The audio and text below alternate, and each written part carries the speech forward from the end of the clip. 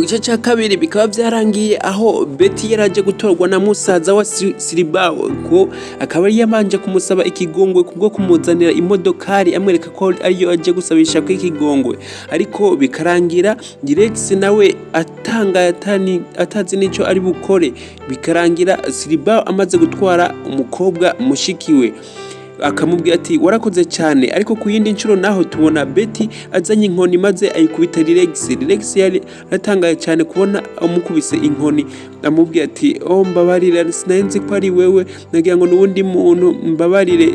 Ubwo Betty yari arasaba imbabazi, umusore nawe akamubwira ati okay sawa nta kibazo, ariko nubundi munsi ntuzoze gukubita umuntu utazi, urabona ibyo warunkoreye. Kumbe umusore yari yatangaye kubona ko ari Betty amukubise. Ubwo Betty nawe kagenda kuwo bariko barakina gakino, kumbe wari umukino, ati mama hera yanje rero wabaye ko nagutsinze, sinakubwiye yuko ndi umukubite kandi atakintu na kimwe ari bungire mama faranga yanje. Ubwo yamuhereje amafaranga aramuhereza arayaharura ati mpa nayo yose, uzi ko je nayatsindiye ugomba kuyagumya yose kandi wabonye ko nayatsindiye. Okay sawa wayatsindiye twara, ariko nanje ndazi yuko nza kugutsinda, umuntu wese aza kuhaca ndaza kumukubita inkoni. Ubwo nawe haciye uwundi ni Silibao haciye abaramukubise inkoni ati mbabarira nagira ngo n'umugenzi wanje sinari nabonye ko ari mwebwe urambabarira. Uraza gukubita inkoni umuntu utazi, ubona ari umukino je tuko turakina je na wewe, ubona umuntu wese arengana umukubita inkoni. Oya ndukuri ndakwinginze mbabarire.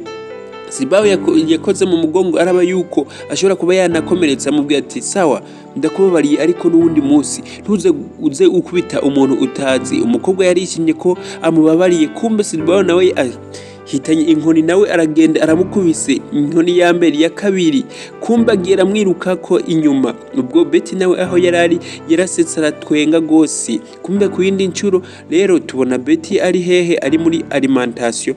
Mu gihe rero Betty yarahuye na Relex, ubwo batanguye kuganira nk'ibisanzwe. Betty amubwira ati none uba warababaye ku buryo nubu ukimfitiye ishari, urabona ko bijye byari ibintu bisanzwe yari nka accident.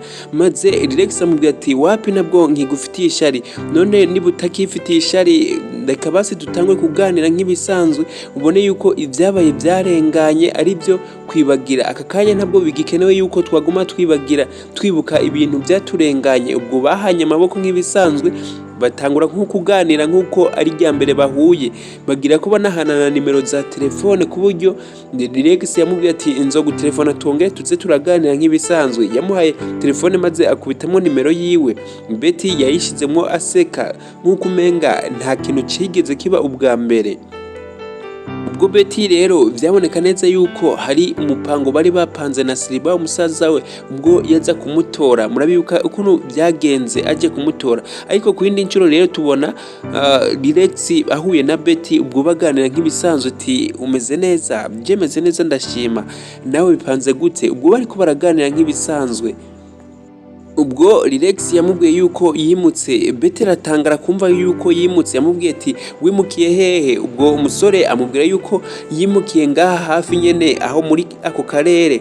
Betty byaramutangaje cyane kubera ko atari azi yuko Relex yimutse ava aho yarasanzwe aba, kubera ko murayibuka yuko ataba ahantu heza cyane. Ubwo bari nk'ibisanzwe bongera kugira ubugenzi, amubwira ati nzokongera kuraba ndagusuhuze, sinzi basi niba hari ahantu wobugiye tukagenda turaganira. Ubwo umusore yaramwemereye yuko bashobora kuba bagenda baraganira.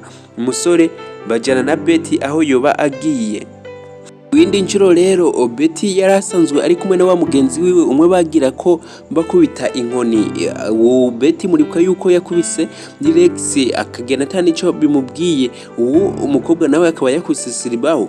None umukobwa amutangwa kumubwira ati kumbe mwari muzinanye mwaragiye muragendana. Amubwira ati twarakinyaga kino hanyuma dukubitana inkoni, tubakubita inkoni, kumbe we wari usanzwe uzinanye wari umugenzi wawe. Ubwo Relex no mugenzi wiwe wiwe nawe atangura kumubwira ati aba rero niko basanzwe bameze, baragenda bangaho bagakina udukino bakubita abantu bose baciye mw'ibarabara. Kumbe mwaradukubise dukubita mwabiteguye. Ubwo bariko baraganira nyene abasore batangura kumubwira ati genda wugare hajya kugira ngo natwe dushobore kubihora. Ubwo baragiye maze bugara aho hantu hari kuri tere ya basket. Ubwo umusore amubwira ati muze ngaha rero tubacape rero inkoni nkuko namwe mwadukubise, mwahora mubigira mw'ibarabara muzi ko tutazobakubita.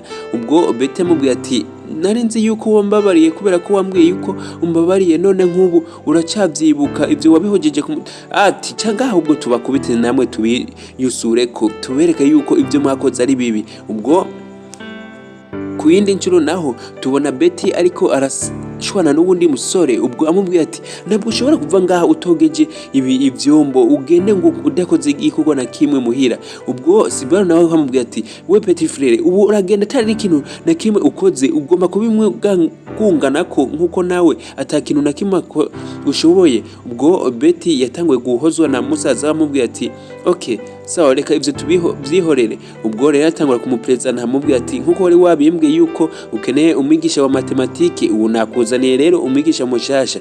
Ubu n'umwigisha azohora kwigisha buri kimwe cyose, muzohore musangira ivyigwa kandi ndabizi neza yuko uzovyiga bikagenda neza. Wari wambwiye yuko ari umwigisha ushobora kuba yakwigisha kuko musanzwe munazinanye. Ubwo Silibara atangura kumupresenta nk'ibisanzwe amubwira ati ubu ni Beti ni mutoyi wanje akeneye umwigisha wa matematike, rero yarambwiye ko asanzwe kuzi. Ubu rero aka kanya niho hageze kugira ngo mushobore kuba mwatangura ivyigwa. Ariko ku rundi ruhande rero kubera ko bari basanzwe bazinanye tubona Beti ibara maze gutangura ivyigwa. Ubwo yaraje kuraba umwigisha mushasha maze amubwira ati ubu rero hari ikintu naguteguriye. Ubwo yamusanze aho yari asanzwe aba kuva kera maze aragenda amufunga mu maso amubwira yuko hari akantu kaga surprise yamuteguriye. Ubwo aragenda ashitse imbere y'imodokari, umusore amwereka ati iyi ni imodokari naguteguriye nkuko umwigisha wanje mwiza. Ubwo amuhereza akamubwira ati akira ahubwo unayinyonge umvirize kuno imeze. Ubwo umusore yaratangaye kubona yuko umukobwa yamuzaniye imodokari, agenda ariruka maze arayuriramo yumvirize kuno imeze.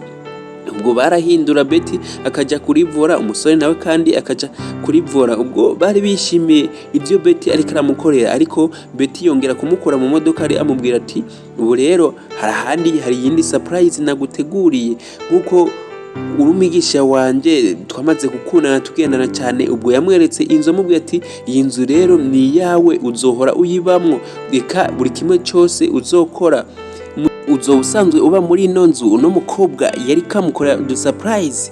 Ubwo ku yindi ncuro naho tubona Beti ariko arigishwa n'uno mwarimu mushasha ari we Relex. Bari basanzwe arabagenzi, kumbe Beti ivyo umwigisha yamwigisha wewe nta nivyo yabarimwo, yarasanzwe yibereye mu vy'urukundo vyiwe. Ubwo atangura kumufinatisha ati we wa mwana we ntubona yuko turi mu vyigwa aha, turi mu vyigwa nta mwanya wo gufinata. Ariko birangira na Relex nawe kandi yigirishije nkuko ari bisanzwe, batangura gukina udukino nyene baryohewe, udukino tw'urukundo. Beti yari yishimiye urukundo ari kumwe n'uno musore Relex, ariko Relex we yamubwiye ati bana yacu tureka ibintu nk'ivyo tubanze twige. Tubona kandi uno mukobwa ariko ariyumvira twiyumvira twiwe, yumva umenga umwigisha wiwe bosomana, ariko ako kanya nyene atangura kumva umenga birabaye nkavyo nyene barasomanye n'uwo yikundira. Kumbe ivyo byari byo umukobwa ariko ariyumvira, ntabwo byari ibintu biriko biraba. Ubwo Sibaro batangura kumucisha amaboko mu maso uti umeze neza, ego meze neza. Kumbe umukobwa ntabwo yari ahari. Sibaro yaguma baza ibibazo uno musore, ariko umusore akishura ibintu umenga ntibitahuritse. Kuti ko numva umenga ivyo uri kuranyishura ntabwo bitahuritse. Ati tuzogenda tuvyigana ko buke buke azotinda abimenyera. Ndabizi neza yuko matematike si ikintu kigoye cyane kuri jewe ko asanzwe anzwe. Ariko hari ibibazo Sibaro yamubaza, ariko umusore bikarangira ashoboye kwiga canka amubwira ati tuzoza turavyigira hamwe, ndabizi neza yuko bizogenda neza. Ariko birangira Sibaro abonye neza yuko atabo ari umwigisha mwiza, ahubwo ari systeme bashoboye gukina kugira ngo bazohore bikorera ivyabo. Maze Sibaro amubwira ati we ntabwo uri umwigisha mwiza, ahubwo nugende ureke guma untanesha n'umwanya, kumbe ushobora kuba ari ibintu mwateguye. Ubwo Betty nawe akamubwira yuko atakintu na kimwe kiri hagati ya je nawe, ariko ari akantu k'agasysteme bateguye kugira ngo bashobore kugira urukundo rwabo ruzohore rugenda neza. Birangira umusore yirukanwe. Reka iki gice tukigarukirize ngaha. Raba neza ko wakoze subscribe, nosanga utarabikora ubikore kugira ngo ikindi gihe cyose tuzoshira ko ikindi gice uzoshoke kubibona. Like, comment, share.